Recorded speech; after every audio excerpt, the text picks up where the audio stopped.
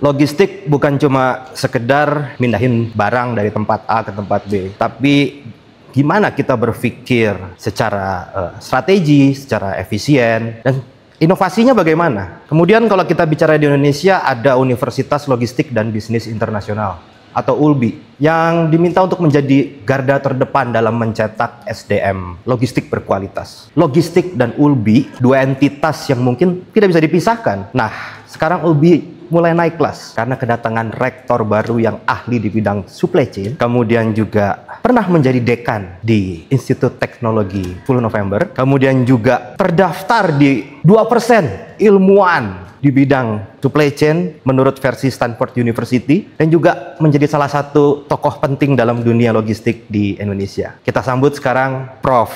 Insinyur Inyoman Pujawan, PhD. Selamat siang, Prof. Kita lagi siang-siang, Prof. Ya.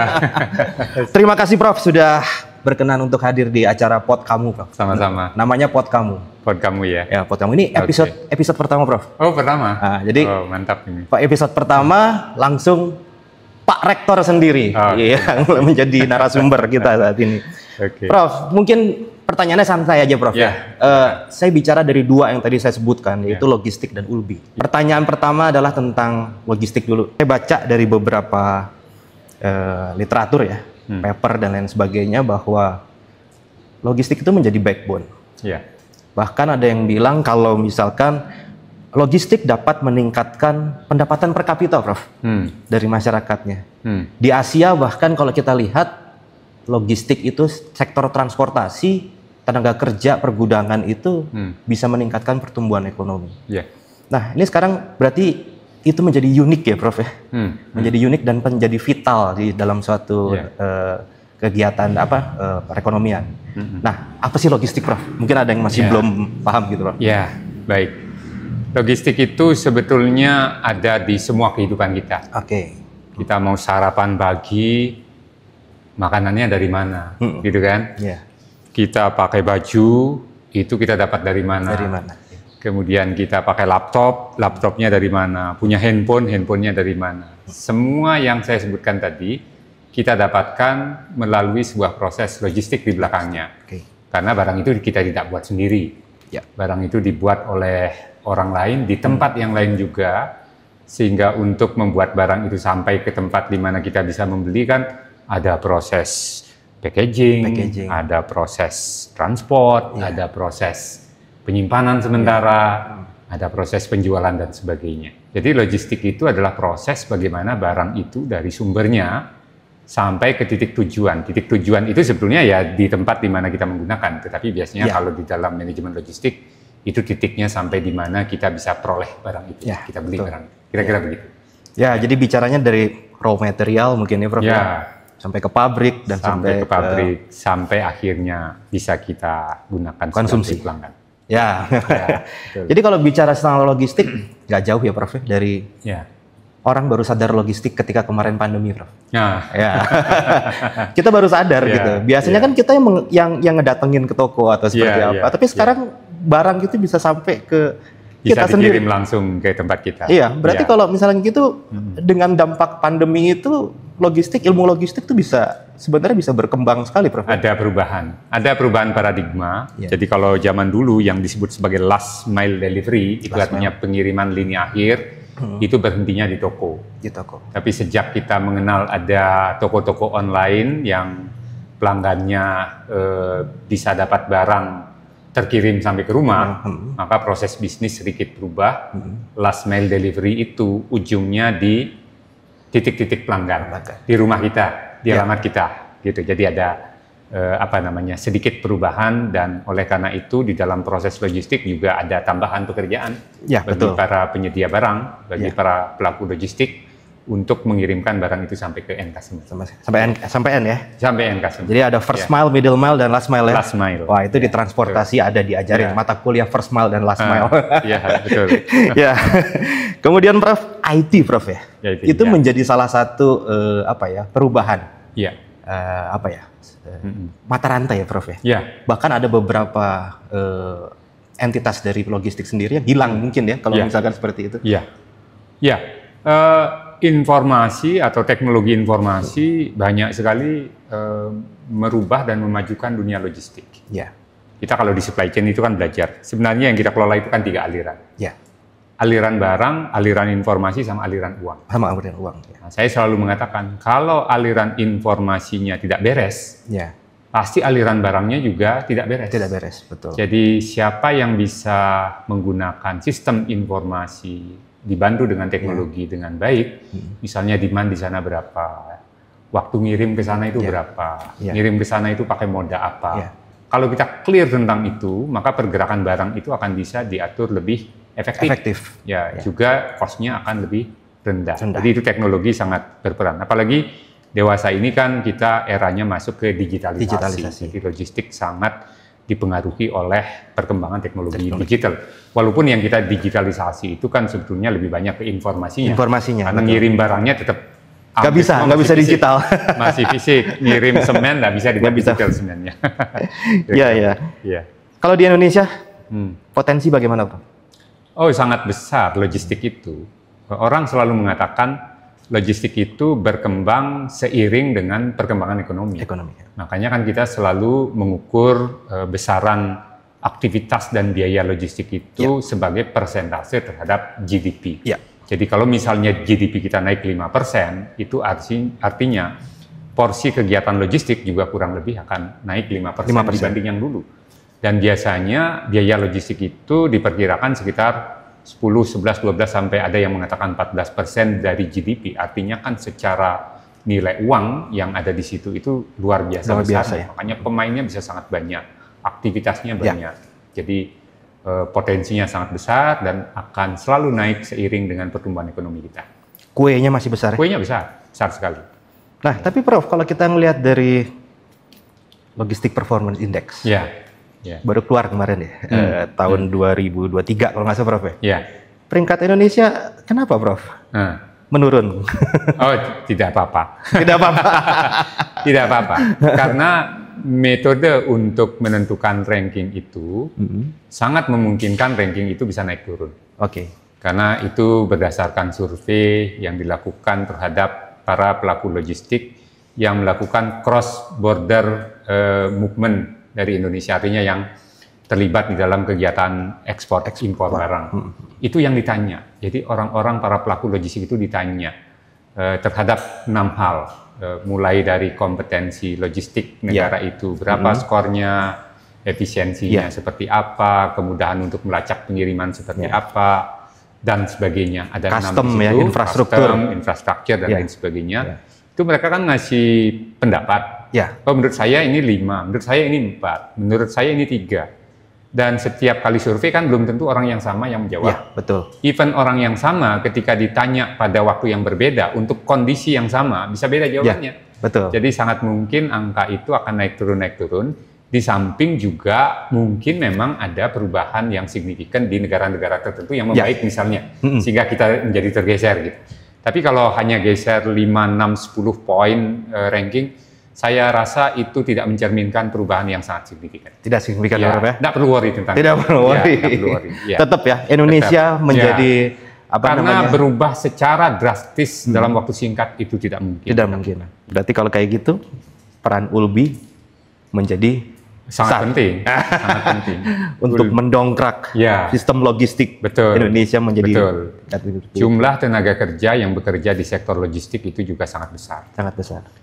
Karena mungkin kalau kita lihat kan bukan hanya di transport sama pergudangan. Memang itu 2 sektor yang paling besar, yang paling banyak menyerap tenaga kerja. Tapi kan sekarang ada namanya reverse logistik yang banyak perusahaan belum bisa lakukan sendiri sehingga butuh jasa untuk menghandle itu, custom clearance, packaging, labeling, belum lagi menghandle masalah supply teknologinya, keselamatan transportasi, kemudian GPS dan lain-lain untuk melacak, itu sangat besar. Sampai penyedia teknologinya, penyedia alatnya, spare part dari kendaraan. Jadi kalau kita uraikan semua mata rantainya itu sangat besar jumlah orang yang bekerja di sektor ini, dan tentu saja Ulbi punya peranan yang sangat penting untuk menyiapkan tenaga kerja yang bisa bekerja di sektor ini. Oke, berdaya saing ya Prof? Berdaya saing. Dan itu pasti Prof ya, karena lulusan-lulusan yang sudah pernah lulus ini rata-rata serapannya tinggi Prof ya? Iya, jadi ULBI kalau dari data yang saya tahu memang tingkat serapan di dunia kerjanya sangat bagus. Ya. Apalagi yang mungkin yang vokasi, yang akademik pun saya kira masih sangat bagus serapan tenaga kerjanya. Dan saya kira itu memberikan daya tawar sendirilah bagi ULBI untuk mencetak tenaga-tenaga yang lebih siap pakai di dunia kerja nantinya. Ya. Sudah dibekali Prof ya? Sudah dibekali ya, karena mereka juga tidak selalu saya sering mengatakan anak-anak itu supaya dapat ilmu yang relevan dengan kebutuhan praktis, sehingga salah satu program kita ke depan kan ya harus lebih banyak lagi misalnya praktisi yang terlibat mengajar, sehingga mereka dapat bekal-bekal ilmu praktek juga di samping fundamental ininya, konsep-konsep dan teorinya juga dikuasai. Gitu. Oke, berarti bukan cuma teori tapi praktik ya Pak? Oh iya, penting itu penting sekali karena logistik itu hakikatnya bukan teori menara gading gitu ya. Jadi logistik itu berkembang keilmuannya justru dari perkembangan yang ada di lapangan. Ya, saya setuju Prof kalau itu Prof. Logistik, aliran informasi, barang, sama uang. Informasi Prof ya? Informasi. Prodi di ULBI sudah ada semua itu? Oh iya. Logistik pasti mempelajari semua itu. Manajemen keuangan juga ada. Ada akuntansi Prof? Akuntansi, ya kan. Kemudian yang menghandle informasinya. IT, informatika, kemudian bisnis analytics begitu atau sejenis itu. Jadi sudah cukup banyak. Walaupun masih terbuka peluang, ULBI bisa buka prodi baru yang bisa menunjang itu nanti. Saya kira masih banyak peluangnya. Ya, ULBI menjadi pelopor, Prof. Ya. Kalau saya ngelihat begini, Prof, saya dulu dosen pertama di Stimlok ya, angkatan kedua. Oh, angkatan kedua. Ketika itu Stimlok itu masih menjadi sekolah tinggi logistik pertama di Indonesia. Ya. Tapi kalau di Thailand udah banyak dulu. Yang ada di Jerman. Di Jerman ya, gitu ya. Yang khusus universitas bicara logistik itu di Jerman. Kalau di Thailand mungkin masih prodi, masih prodi ya. Gitu ya. Oke Prof, kalau misalkan kita ngelihat di sini kan mindset atau dari siswa itu kan masih pengennya cepet kerja Prof. Oh ya pasti. Nah ini kalau misalkan di ULBI, Prof. Kira-kira bagaimana prospeknya kalau misalkan udah lulus dari sini, Prof? Ya, data menunjukkan memang lulusan ULBI itu serapan ke pasar kerjanya tinggi dan cepat. Ya. Di samping itu juga kan ULBI punya program-program seperti Ikatan Dinas. Ikatan Dinas ya, Prof. Ikatan Dinas dengan PT POS itu luar biasa. Karena apalagi yang mulai dari semester 1, itu artinya kan mereka sudah dapat kesempatan sekolah tanpa harus membayar biaya, dan nanti pada saat lulus sudah langsung kerja. Wah, itu sekarang di perguruan tinggi maju pun di dunia belum tentu pada saat kita lulus ada jaminan dapat pekerjaan. Di perguruan tinggi top pun masih banyak sekali lulusan kita yang struggle untuk mendapatkan pekerjaan. Nah, ini kan juga jaminan. Di sisi lain bagi perusahaan juga ini bagus.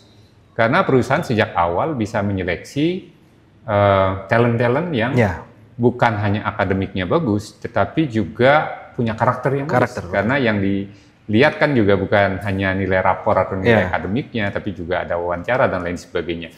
Itu artinya kita confident lulusan-lulusan kita nanti adalah orang-orang yang mungkin, memang mestinya ya cukup siap kerja, karena juga kurikulumnya kan diperkaya oleh calon-calon user kita juga. Betul. Ya, jadi memang ada beberapa industri yang saya lebih baik menggunakan jasa dari lulusan ULBI, karena saya tidak perlu kasih kursus tentang logistik. Biasanya kan yang kemarin-kemarin itu rata-rata lulusannya memang bukan dari spesifik logistik ya, Prof. Iya, betul. Nah, di sini memang ada karena mata kuliah wajibnya ada supply chain management di sini wajib ya. Ya, banyak. Jadi mulai dari supply chain, mungkin manajemen pengadaan, distribusi, transportasi, planning and control, IT-nya juga ada, customer relations-nya juga ada gitu ya. Jadi lengkap sebetulnya. Oke, Prof. Di ITS sudah menjadi dekan. Ya. Sekarang menjadi rektor di ULBI. Apa alasan Prof? Sehingga memutuskan untuk saya ingin menjadi rektor di ULBI. Sebetulnya bukan saya yang ingin. Oh gitu. Saya diminta untuk membantu dan setelah saya pertimbangkan, saya merasa bertanggung jawab bahwa untuk pembangunan sumber daya manusia yang lebih baik untuk Indonesia, saya harus mengambil tawaran ini untuk meningkatkan standar pendidikan di ULBI. Ya, kita tahu kalau perguruan tinggi negeri sekelas ITS mungkin ya sudah cukup mapan. Begitu ya. Tapi kan banyak sekali di perguruan tinggi yang baru, yang masih berkembang, itu perlu peningkatan standar dan saya rasa itu salah satu agenda yang ingin saya lakukan di sini. Itu adalah bagian dari tugas. Karena saya merasa sebagai orang Indonesia, apalagi saya menekuni dunia logistik, ya tentunya kita ingin supaya lulusan-lulusan di bidang ilmu logistik itu bagus gitu. Sehingga saya tahu ketika ada tawaran itu dari pihak ULBI, saya merasa ini tanggung jawab. Tanggung jawab di mana saya ingin supaya pendidikan bidang logistik di Indonesia itu punya standar yang bagus. Kurang lebih seperti itu. Oke, Prof. Berarti dengan kata lain, ULBI itu menurut Prof punya value ya, Prof? Oh, punya value dan peranannya strategis karena kita tahu logistik itu sangat berperan penting bagi kehidupan manusia. Tapi juga sebenarnya bukan hanya itu, karena perusahaan-perusahaan yang mau kompetitif, logistiknya harus bagus. Betul. Negara yang mau stabil sosial dan ekonominya, logistiknya juga harus bagus. Jadi stakeholdernya banyak logistik itu. Negara berkepentingan, perusahaan-perusahaan berkepentingan, kita sebagai masyarakat juga sangat berkepentingan. Oleh karena itu saya merasa kalau saya bisa berperan positif di sini, itu kontribusi saya bukan hanya untuk ULBI sebagai universitas, tapi itu adalah untuk bangsa Indonesia. Bangsa Indonesia. Menurut Prof nih, yang membedakan ULBI dengan kampus lain apa? Ya, dari namanya sudah kelihatan. Sudah kelihatan namanya. Kita fokus di logistik dan bisnis. Tapi jangan lupa, setiap kita bicara logistik dan bisnis, tentu teknologi tidak bisa dikesampingkan. Jadi sebenarnya kalau di ULBI itu kan ada prodi-prodi yang terkait dengan logistik secara khusus, ada juga yang terkait dengan teknologinya, ada juga yang terkait dengan bisnisnya. Jadi ini saya kira sangat penting dan sangat relevan, dan ULBI punya kekasan seperti itu. Belum lagi mungkin orang tidak banyak yang tahu ULBI itu disupport atau merupakan afiliasi dari PT Pos Indonesia. Hanya sedikit sekali perguruan tinggi di Indonesia walaupun statusnya swasta, tapi sebetulnya afiliasi dari perusahaan BUMN. Saya kira itu posisi yang sangat strategis bagi ULBI juga. PT Pos itu bapaknya ULBI ya? Jadi intinya bapaknya ULBI. Dan ULBI juga tergabung dalam Aperti BUMN. Jadi bukan swasta, bukan negeri, tapi di situ di tengah-tengah. Walaupun swasta sebenarnya tidak swasta seperti yang lain. Tidak swasta sama yang lain. Karena kita berada di bawah perusahaan besar. Jadi BUMN. Ya. Nah, sekarang bicara tentang PT Pos. Kemarin Menteri BUMN menunjuk bahwa PT Pos itu menjadi leader di klaster bidang logistik, Prof. Ada beberapa perusahaan lah yang mungkin ada Pelindo, ada Pelni, ASDP, ada Angkasa Pura, SDP dan lain sebagainya. Nah, dengan PT Pos menjadi leader di klaster logistik, ULBI menjadi lebih besar lagi peluangnya. Lebih besar lagi peluangnya. Kira-kira menurut Prof, apa sih ke depannya nih kalau seperti ini kondisinya? Klaster ini sangat bagus dan strategis karena menurut saya resource untuk kegiatan logistik di Indonesia itu kan banyak dan tersebar di berbagai owner yang berbeda. Setiap perusahaan logistik itu punya gudang, kemudian juga ada yang punya truk, punya kapal, ada yang punya lapangan bongkar muat, kontaineriat dan lain sebagainya. Jadi infrastruktur itu tersebar banyak. Fasilitas maupun equipment itu tersebar banyak. Seringkali mungkin ada resource idle di tempat lain, tapi dibutuhkan di tempat yang lain.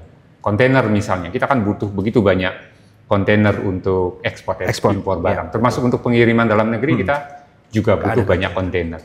Sekarang kontainer ini kan ada punya si A, punya si B, punya si C, dan lain sebagainya. Padahal resource ini kan resource standar.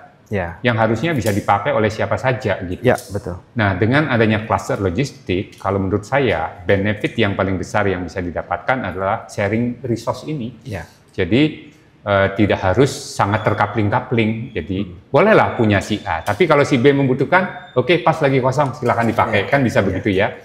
Tapi informasi itu kan harus connected, harus tersentralisasi. Betul.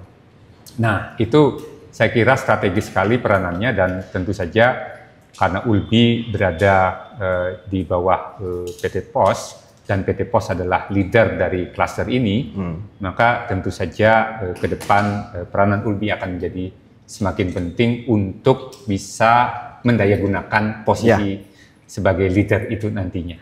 Ya, semoga ya Prof ya. Semoga. Dengan bapaknya menjadi leader, lulusan di sini juga semuanya menjadi leader gitu. Mudah-mudahan. Bicara tren Prof. SCM, supply chain management dan lain sebagainya. Kira-kira tren teknologi apa sih yang terbaru?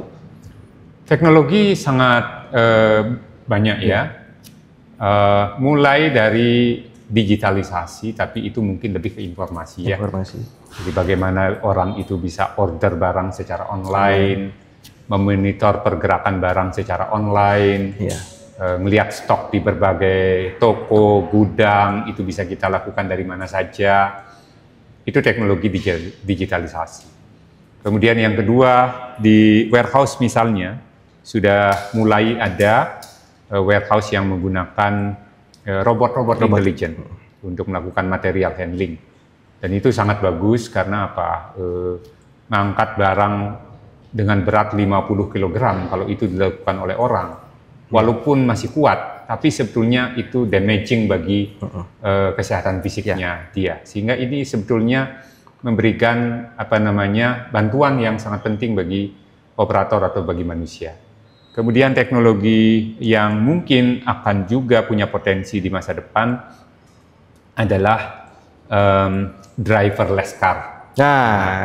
Truk tanpa supir, autonomous car. Saya kira itu akan juga punya peran di masa depan, walaupun mungkin masih agak jauh ya. Nah, di luar itu berbagai macam teknologi sensor yang bisa meningkatkan keamanan dari pergerakan kendaraan. Jadi kalau sekarang kendaraan yang sudah agak bagus kan di jalan tol, kita bisa set kecepatannya ngikuti kendaraan kita yang di depannya. Jadi kita tidak usah ngubah-ngubah kecepatan, misalnya begitu ya. Yang dia bisa ngerem sendiri ketika ada objek yang terlalu dekat.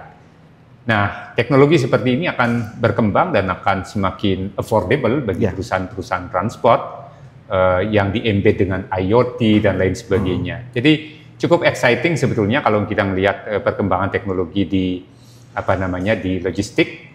Belum lagi kalau kita melihat misalnya seperti big data analytics yang di sisi soft side-nya, kemudian juga blockchain yang bisa menciptakan keamanan transaksi yang sangat bagus dan lain sebagainya. Jadi cukup banyak sebetulnya yang akan berkembang di situ. Intinya smart dan memanusiakan manusia sebetulnya. Walaupun banyak orang mengatakan bagaimana dengan lapangan pekerjaan nanti, apakah tidak terancam? Biasanya setiap ada teknologi, memang ada pekerjaan yang tergantikan, tapi ada opportunity baru biasanya. Disrupsi disrupsi. Ada hal baru yang muncul. Berarti IoT ya, Prof? IoT salah satunya, blockchain. Memang ya. Kalau ada smart logistik, smart transportation, akhirnya ke green ya, Prof. Green juga, betul. Kalau misalkan kita lihat bagaimana sih Ulbi mempersiapkan mahasiswanya agar bisa bersaing di era digital. Ini dari perjalanan yang sudah ada sudah cukup baik. Tetapi saya masih melihat banyak sekali potensi untuk perbaikan dan peningkatan ke depan. Saya ingin Ulbi ini naik kelas, menjadi perguruan tinggi yang memang bagus, dan mendidik anak-anak itu sesuai dengan kebutuhan dunia kerja. Beberapa yang kita akan lakukan antara lain menciptakan iklim internasionalisasi ULBI. Sesuai namanya kan I di belakang itu internasional. Ya. Jadi saya mulai mengontak teman-teman saya di perguruan tinggi di luar negeri untuk membantu mengajar. Kita angkat mereka menjadi adjunct profesor. Saya masih punya banyak stok, 6 sudah tanda tangan. Mungkin akan ada beberapa orang lagi. Dan itu bukan dari perguruan tinggi kelas bawah. Ada dari Stanford, Purdue University, itu kan perguruan tinggi kelas atas di Amerika. Nah, itu akan terlibat di sini.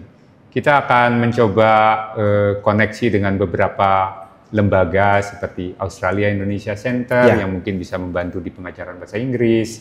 Kemudian kita mungkin akan menerima membuka kelas yang bisa menerima mahasiswa asing di kemudian hari, walaupun mungkin tidak dalam waktu yang sangat singkat ini. Kita sudah punya MOU dengan beberapa perguruan tinggi dan sedang menambah beberapa MOU dengan perguruan tinggi di Thailand, di Malaysia, sehingga mahasiswa kita nanti bisa exchange 1 semester atau 1 tahun ke sana. Jadi mahasiswa itu dapat learning experience yang beragam, ditambah lagi praktisi-praktisi akan kita insert di kelas-kelas supaya bisa memberikan konteks yang lebih baik di dalam proses pembelajaran. Ke depan mungkin lab juga harus dibangun sehingga mahasiswa bisa tahu IoT itu kayak apa, blockchain kayak apa, robot yang intelijen itu seperti apa, dan lain sebagainya. Tentu kita harus banyak bermitra juga dengan industri yang sebetulnya mereka sudah mempraktekkan ini semua. Jadi dengan kata lain, kuliah di ULBI itu bukan cuma sekedar kita mendapatkan ilmu, tapi experience ya tadi. Tuh, Prof Nyoman mau ajak teman-temannya dari luar negeri, terutama dosen-dosen dan profesor ya Prof ya, untuk menjadi dosen tamu di sini ya. Praktisi juga ada dari luar negeri, juga CEO ada. Perusahaan dari India saya undang dan juga mau. Jadi kalian merasa seperti kuliah di ULBI seperti kuliah di luar negeri gitu Prof ya. Mudah-mudahan nanti. Mudah-mudahan Prof. Paling enggak sedikit-sedikit dulu, tapi lama-kelamaan akan pasti suasana itu. Iya, betul. Oke Prof, terakhir Prof, apa pesan Prof untuk Camaba atau ini siswa yang kelas 3 nih, atau kelas 3, sorry, kelas 12. Kelas 12. Ya, kelas 12. Yang mau kuliah di ULBI misalkan. Banyak yang mungkin belum tahu atau baru dengar nama ULBI, padahal menurut saya ini ULBI ini adalah sebuah opportunity bagus bagi yang mau cari perguruan tinggi, yang mungkin sebagian memang sejak awal sudah mau ke ULBI, atau yang mungkin sudah ngelamar di perguruan tinggi negeri yang bagus, nggak dapat. Saya kira ULBI mungkin tidak jauh lah kelasnya begitu ya. Jadi artinya kita punya program studi, kita punya dosen-dosen yang saya kira kita punya uniqueness yang sangat patut dipertimbangkan. Ayo bergabung ke ULBI untuk menjadi bagian dari perkembangan dunia logistik ke depan, dan saya kira peluang kerjanya terbuka lebar. Iya, sesuai sama tagline, best talent, best future. Bright future, best talent, bright future. Ya, karena itu yang dicari sebetulnya. Menarik Prof, pembicaraan ini. Saya tertarik Prof kalau misalkan kita bicara yang lebih sifatnya akademis Prof tentang logistik gitu. Nah ini supaya orang yang ingin mendalami tentang logistik, kita bisa nonton podcast kita nih Prof. Silakan. Mungkin masih ada banyak edisi ke depan ya. Biasanya kita bisa cerita. Jadi buat penonton yang pengen mendalami tentang logistik dan kita ingin bicarakan logistik lebih dalam lagi, silakan tulis komen di bawah ya. Nanti karena Prof kalau ada waktu kita akan adakan podcast di episode berikutnya. Mungkin itu saja Prof. Terima kasih banyak. Terima kasih banyak Pak. Sudah meluangkan waktu Prof untuk hadir di sini tengah kesibukan menjadi rektor ULBI. Dengan senang hati. Terima kasih Prof. Terima kasih banyak. Ya Pak. Ya, terima kasih semuanya. Sampai jumpa di episode berikutnya. Sampai jumpa. Oke.